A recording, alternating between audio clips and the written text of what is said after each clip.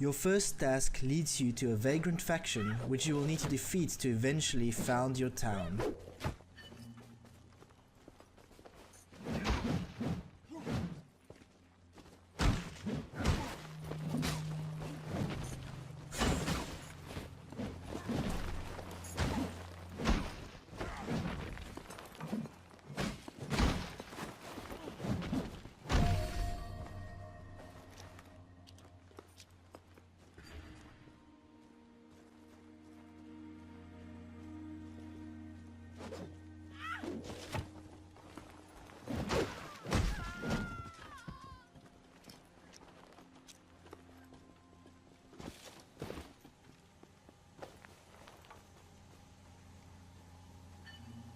Give me my hammer, so I might restore the beat of this silent heart.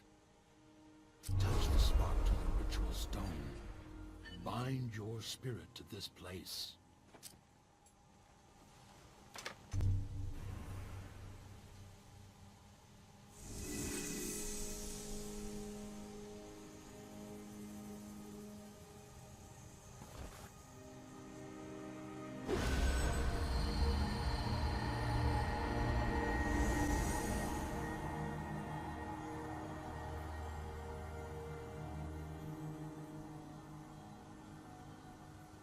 Your town will function as your home base, and as you help characters in the world, they will start moving into your town, they will build houses, and they will offer you crafting services. That means every time you come back to town, your town might have grown in different ways.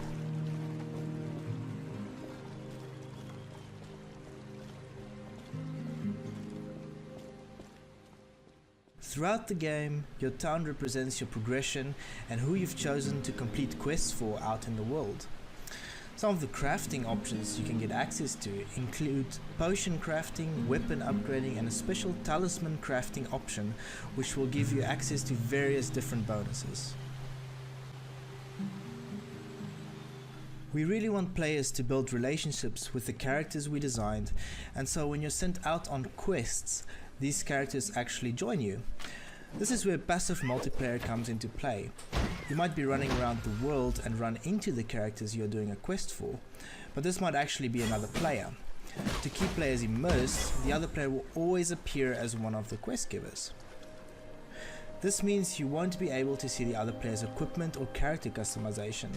There are no chat systems in the game, and we really want players to focus on the personalities and stories of these quest givers. It is also entirely possible that players run into each other and immediately go their separate ways.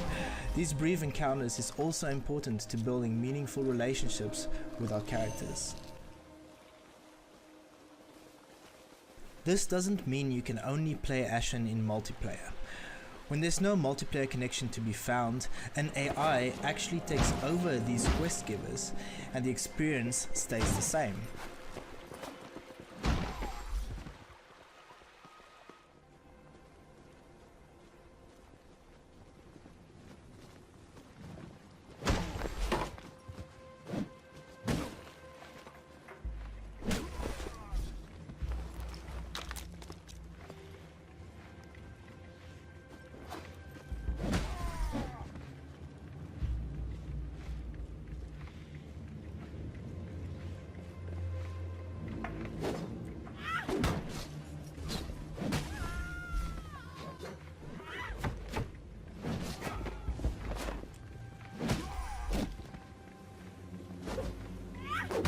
Throughout the game, you'll need the help of a companion, whether it's another player or an AI, to reach secret areas or enter dungeons.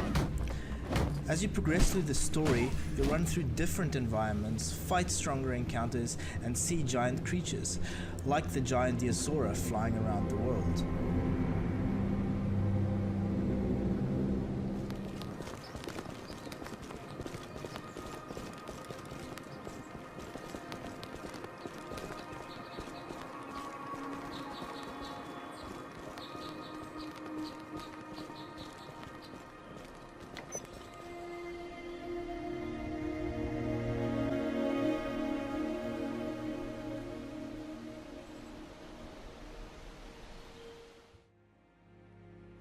There are two major factions in ASHEN.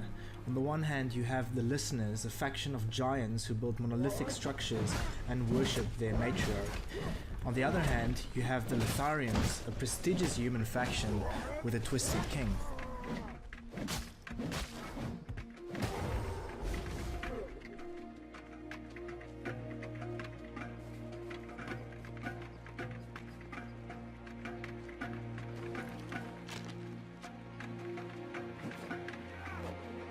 Because ASHEN has a stamina-based combat system, we focus on making the controls as responsive as possible. This lets you manage your actions in a fun way in all kinds of situations.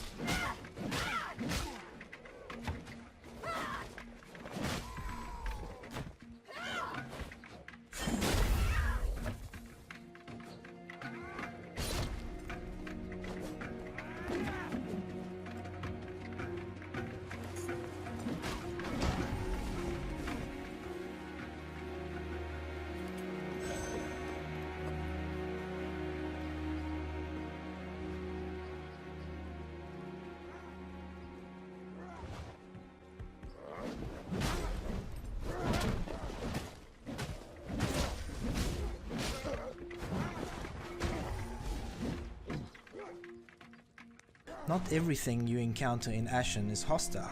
There are passive creatures throughout the world, like roamers as well. As quests push you further through the game, you'll learn more and more about the history of the world and how it collapsed. You'll learn the history through rich environments and the many NPCs you encounter on your journeys. Encounters out in the world become more complicated as you progress, with ambushes, melee and ranged combat to keep you on your toes.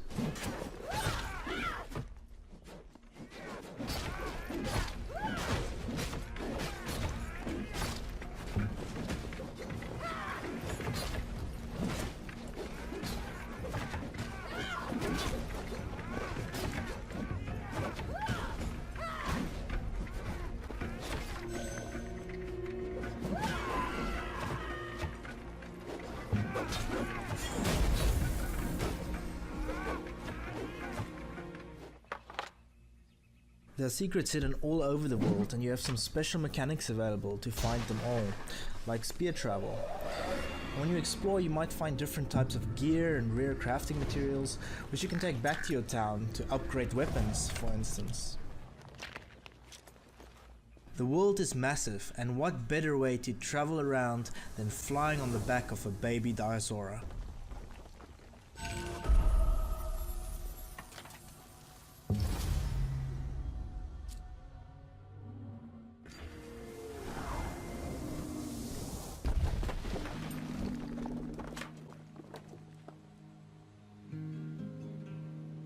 ASHEN doesn't have a traditional leveling system or experience system, so all your power will come from the items you craft and unlock.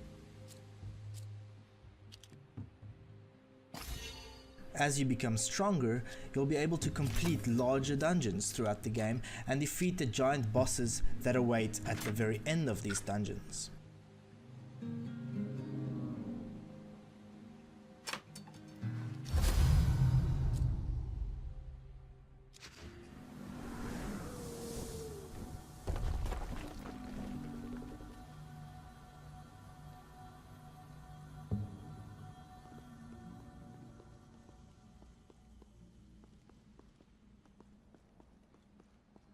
Light is an important mechanic in ASHEN, and you'll often find yourself exploring dark environments with your trusty lantern.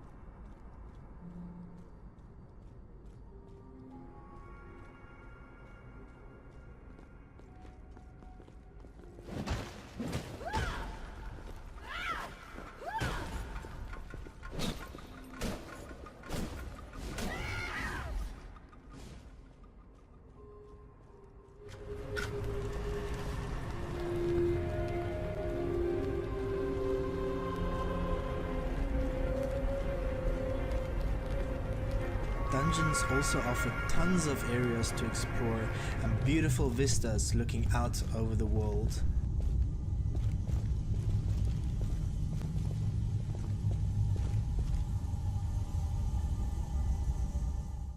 Big open world. It has passive multiplayer. So when you head into this world, you don't necessarily have to like head into a lobby to meet up with your friends or anything like that. You just kind of like get into the game and start playing, and someone will just like run along and start playing with you.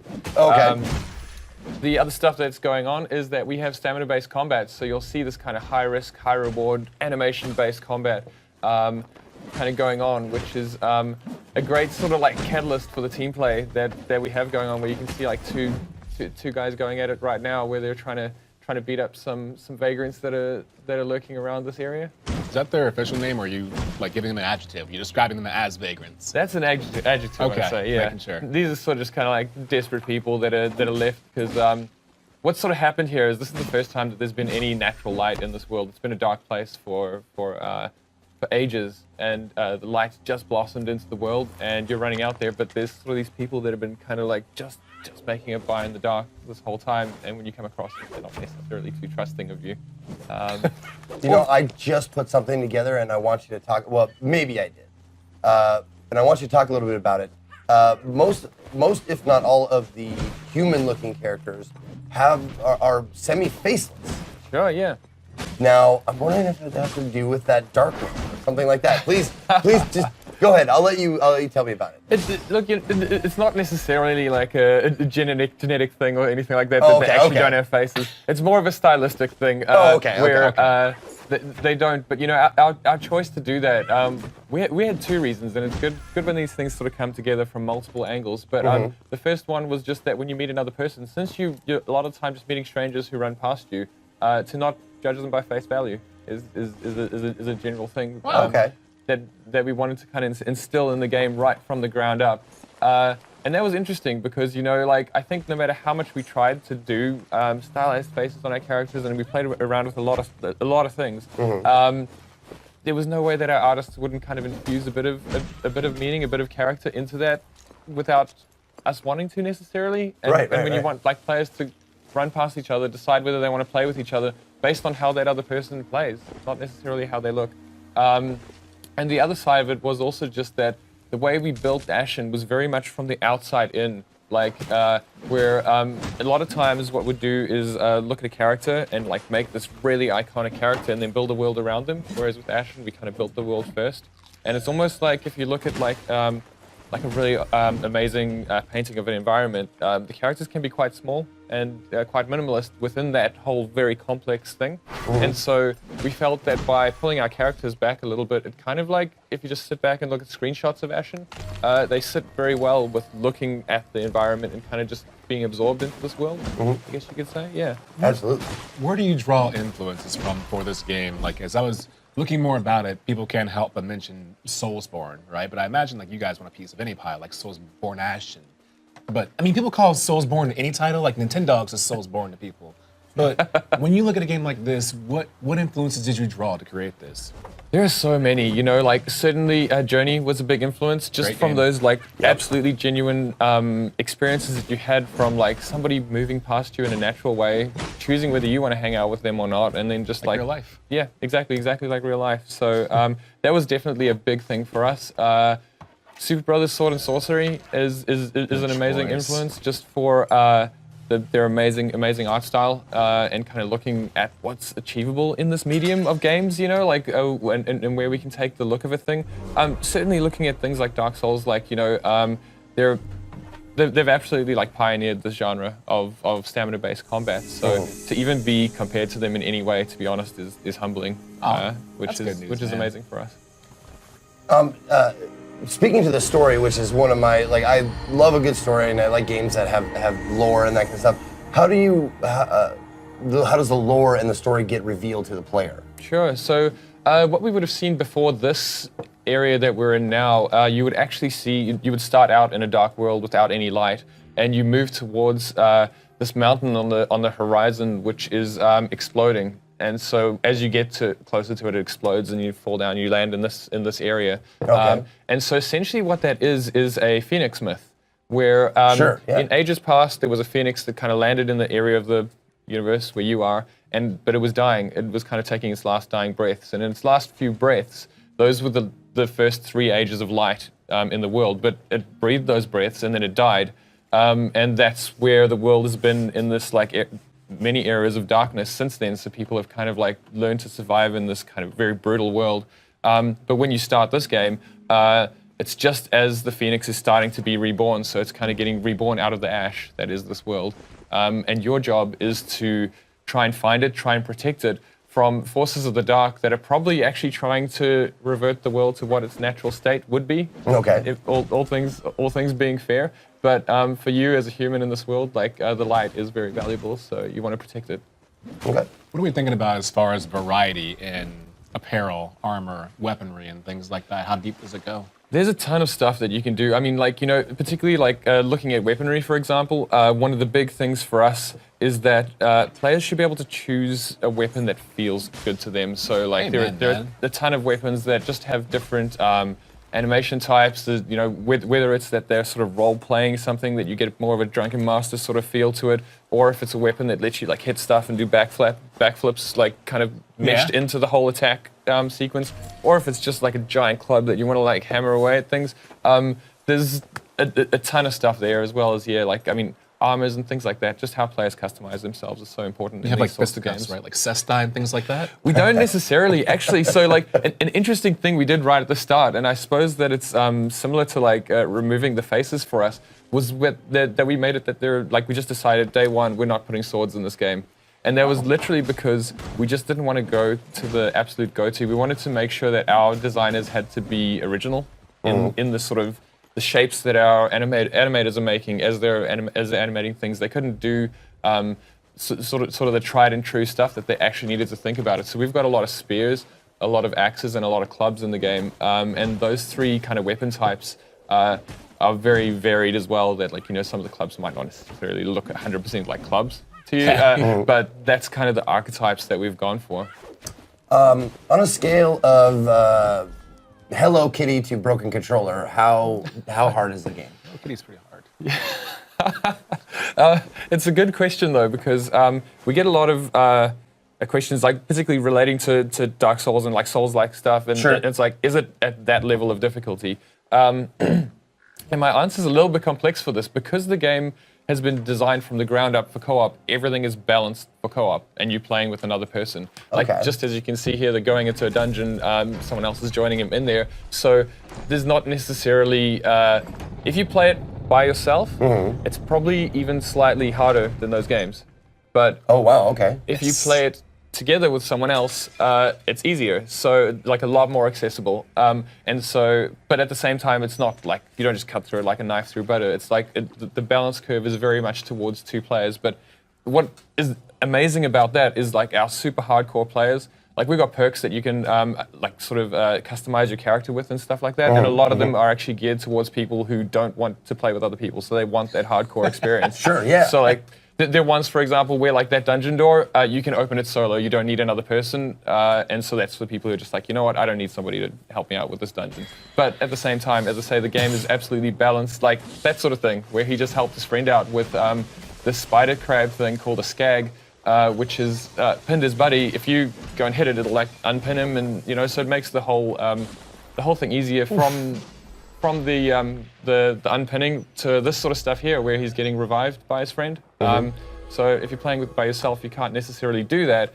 But we do have major game-changing perks as well. There's one that if you do die like that and you're by yourself, you'll crawl out of your own body as this desiccated wraith creature and be able to keep on going for just one more try as you go further. Nice. Yeah, dude. So That's sick. there's a ton of options for customization of the type of playstyle that you want to do, and what we really hope is that means that players who are more intimidated by the Souls-like difficulty can play with their friends and kind of get through it and enjoy the story and enjoy the world that we've made.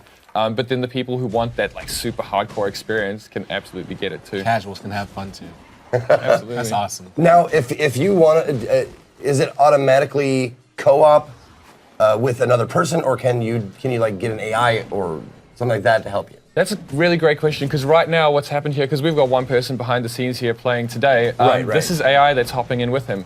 Okay. And so behind the scenes, our matchmaking decides, like, you know, you haven't had a friend like try to connect you in ages, like you're somewhere else that's kind of like far away from other people or something, and it'll let AI pop in with you. They're sort of programmed to act just like a player. You'll even see this AI, if we do get far enough in the boss fight, the first time he'll get hit down by that AoE, and the second time he learns and he moves away from it. Oh, really? So there's Wow, that's cool. There's sort of stuff like that happens, that they start to react to things and act quite interestingly. Yeah, absolutely. And then even on top of that, we've got more options for players, like customizing the way they want to play, because you can just turn off, like, I never want to see AI in my game because I only want to play with players. Options, important. Or I never want to see players in my game, I only want to play with AI, or stuff like that. You can do so, like, everybody gets the full experience as well as being able to tailor it. Excellent, man. Well, thank you very much for showing me the game. The game is... The dark is older than the light.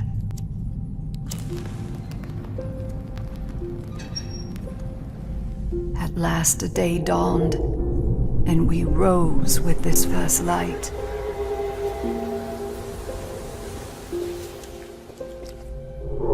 But that light was a betrayal, only fleeting.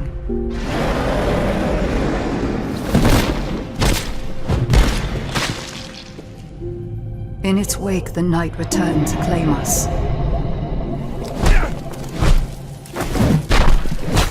After lifetimes, the light grows again, faint and vulnerable.